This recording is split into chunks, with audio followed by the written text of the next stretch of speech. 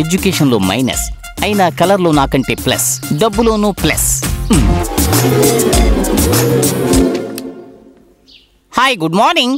Good morning. చదువుకుంటున్నారా? మీకెలా తెలుసు?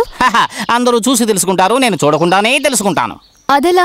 మా డాక్టర్ మీరు ఇంటర్మీడియట్లో 2 సార్లు తప్పారని నాతో చెప్పారు, కానీ నేను దానికంటే ఎక్కువే చెప్పగలను. మీ కాలేజీ పేరు మహారాణి, మీ ప్రిన్సిపాల్ పేరు సత్యవాణి. మీకు తెలుగులో 45, ఇంగ్లీష్లో 40, ఫిజిక్స్లో 35, కెమిస్ట్రీలో 30, మ్యాథ్స్లో 20, బయాలజీలో 2.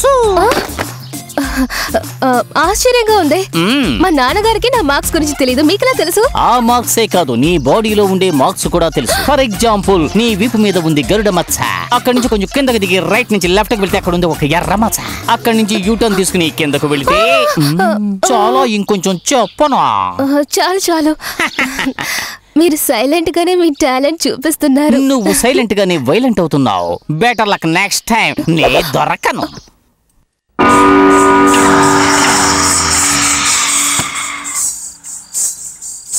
ఏమిటి గజ్జలు చప్పుడు? ఇన్ని రోజులు వినిపించలేదే.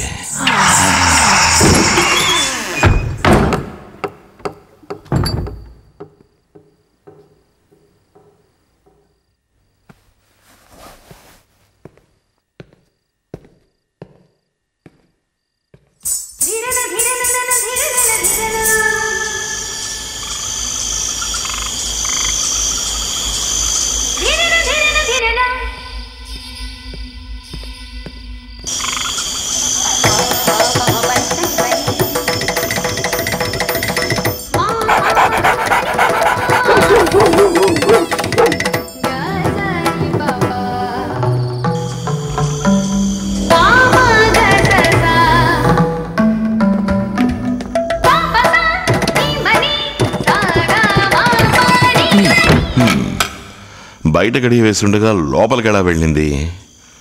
ఓహో, సిద్ధాంత్ గారు చెప్పినట్టుగా ఇది ఏమన్నా నాగవల్లి పని ఉంటుందా?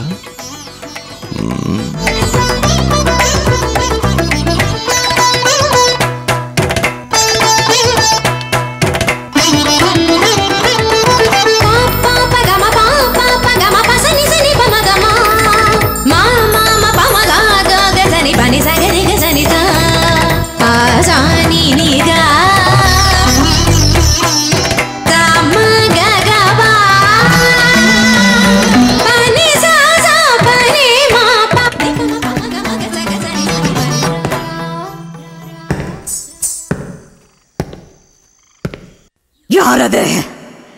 யாரு?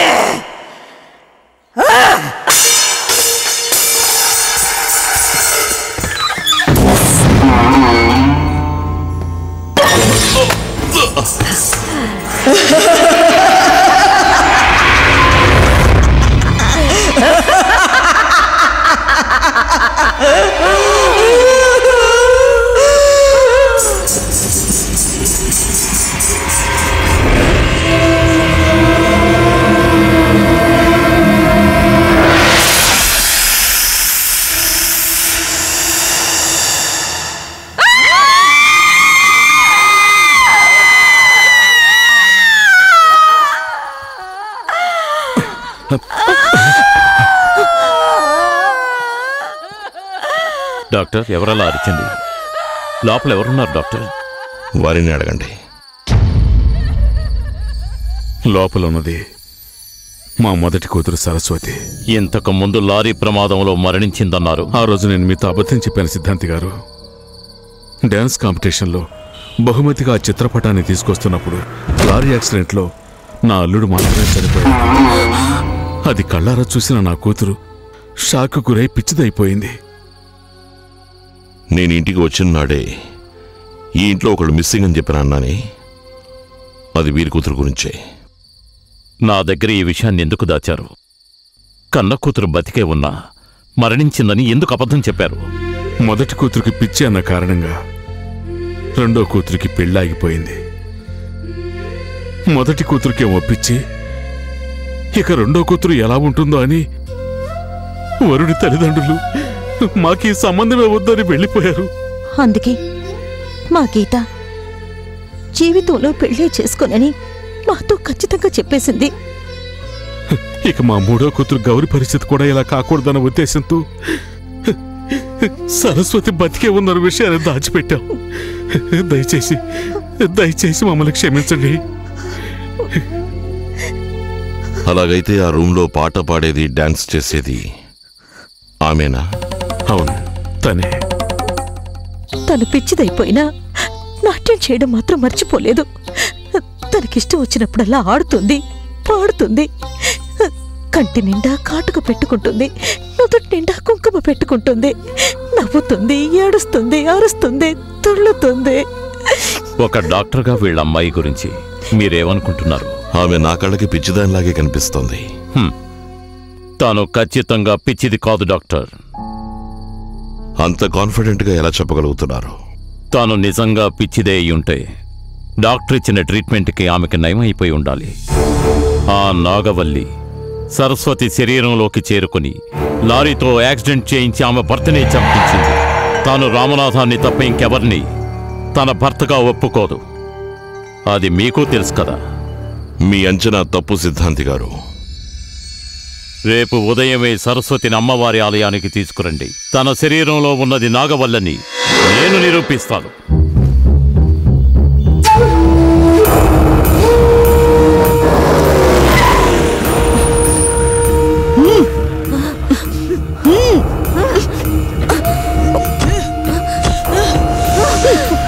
సరస్వతి, రామ్మా, సరస్వతి, రామ్మా, సరస్వతి.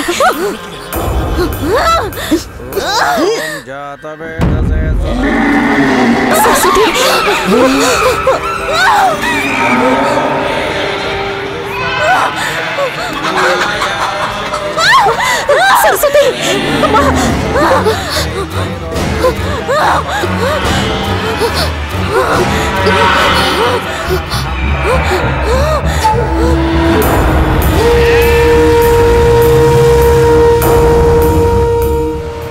చూశారు కదా డాక్టర్, సరస్వతి శరీరంలో నాగవల్లి ఉండటం వల్లే ఆమె ఆలయంలోకి అడుగు పెట్టలేక వెనక్కి తిరిగి వచ్చేసింది. ఆమె ఆలయంలో అడుగు పెట్టినప్పుడు జంతువులు, పక్షుల్లో అలజడిని చూశారా? దుష్టశక్తి రావడం మూగజీవాలకు త్వరగా తెలుస్తుంది. కావచ్చు సిద్ధాంతి గారు, కానీ ఈ భూకంపం, సునామీ లాంటి ప్రకృతి వైపరీత్యాలు మొదలయ్యేటప్పుడు కూడా ముందు మూగజీవులకే తెలుస్తుందని చెప్తారు. ఒకవేళ సరస్వతి ఆలయంలో అడుగు పెట్టేటప్పుడే ఎక్కడైనా భూకంపం జరిగి ఉండొచ్చు. అందుకే మూగజీవులు అలా రియాక్ట్ అయి ఉండొచ్చు. It may be a coincidence. మీలాంటి శాస్త్రవేత్తలు మేమేది చెప్పినా వితండవాదం చేస్తూనే ఉంటారు. కానీ ఒక్కటి గుర్తుంచుకోండి, జ్ఞానం నుంచే విజ్ఞానం వచ్చింది, విజ్ఞానం నుంచి జ్ఞానం. రేపు పూజ చేసి సరస్వతిని ముగ్గులో కూర్చోబెట్టి ఆమె శరీరంలో దాగి ఉన్న నాగవల్లి నోరు విప్పించలేదంటే నా పేరు రామచంద్ర సిద్ధాంతే కాదు.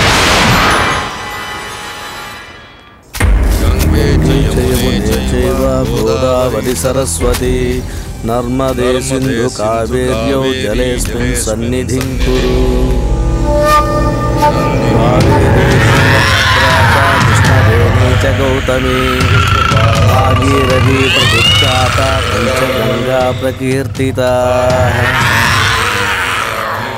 అపవిత్రః పవిత్రో వా సర్వావస్థాంగతోపి వా యస్మరేత్ పుండరీకాక్షం సబాహ్యాభ్యంతరశుచిః.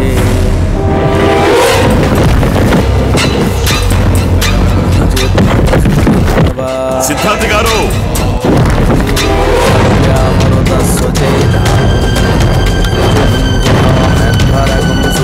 సిద్ధాంతి గారు,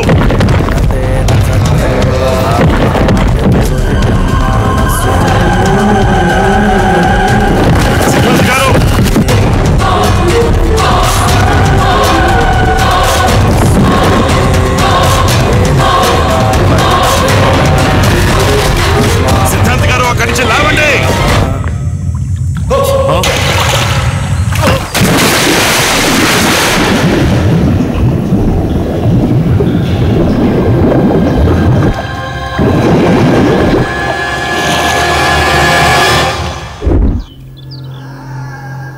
నన్ను నమ్ముతారా? ఇప్పుడైనా నన్ను నమ్ముతారా?